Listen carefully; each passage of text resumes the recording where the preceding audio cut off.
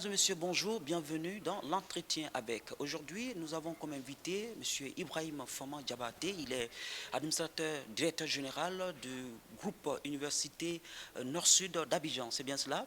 Et aussi commissaire général du KITA. M. Diabaté, bonjour. Merci d'avoir accepté notre Allez, invitation. merci à vous. Avec vous, nous allons parler des nouveaux défis de la formation des élites africaines. Déjà, quel regard portez-vous sur les élites africaines? Le regard, pour moi, déjà, merci de venir ici. Le regard, il est positif. Moi, je pense qu'il est positif, c'est de bon augure pour la suite parce que quand tu vois un peu nos impétrants, même ici, au sein du groupe, tu vois que les enfants, ils veulent apprendre. Et pour ce qui y a du futur, les choses s'annoncent plutôt bien. Ils ont faim et les choses vont se faire progressivement.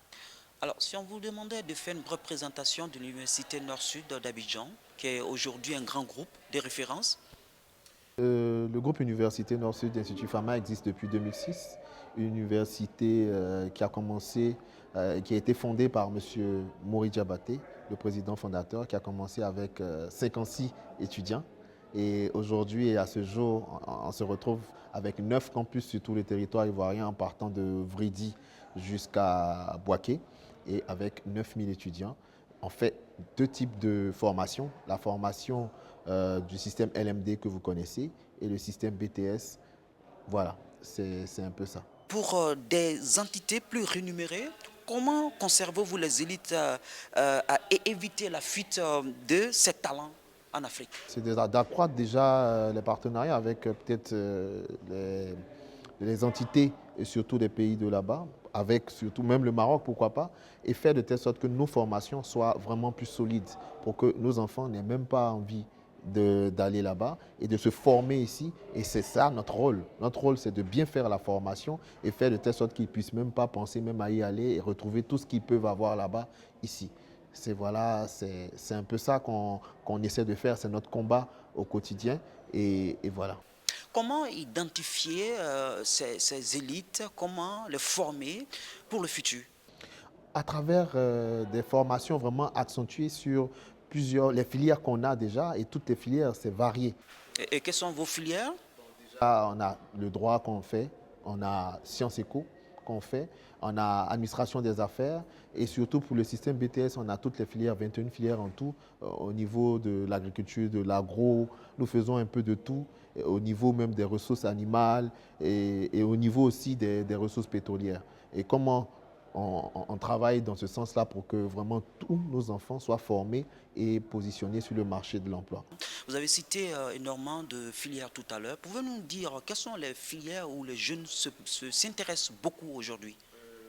On s'intéresse plutôt aux filières de mines aussi, beaucoup.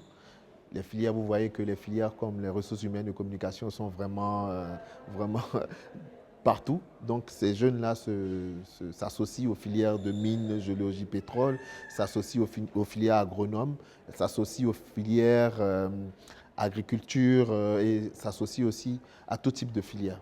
Voilà, donc ce sont ces filières-là plus ou moins qui sont plus adaptées. Mais nous, à l'Université Nord-Sud, on va adapter aussi des filières comme nouvelles, hein, et voilà, comme la mode et d'autres choses qui pourront permettre à nos étudiants de s'épanouir. Parce que quand ils ne sont pas épanouis, ils vont faire autre chose. Comment soutenir cette jeunesse afin qu'elle stimule hein, la croissance économique et la prospérité dans nos États africains, À travers, précisément en Côte d'Ivoire? à travers le rapprochement, il faut être proche de ces jeunes-là. Ces jeunes-là, avec eux, il faut être très proche d'eux. Il faut faire ami avec ces jeunes-là à travers beaucoup de choses, à travers ce qu'on pourrait leur inculquer comme valeur. Il y a la formation de l'école et puis il y a la formation de la vie. Et c'est ce que moi, en tant qu'administrateur, directeur général et en tant que doyen, j'essaie de leur inculquer en essayant d'être proche de cette jeunesse-là pour leur dire, vous n'avez pas besoin de vous éparpiller. Si vous voulez faire la formation, nous sommes là pour la formation. Si vous voulez aussi écouter ces personnes-là pour pouvoir vous mettre dans la vie active, je suis encore là pour cela. Et c'est ce que le groupe Université Nord-Sud, à travers tout ça, essaie de Est-ce que faire. c'est ce que vous démarque des autres?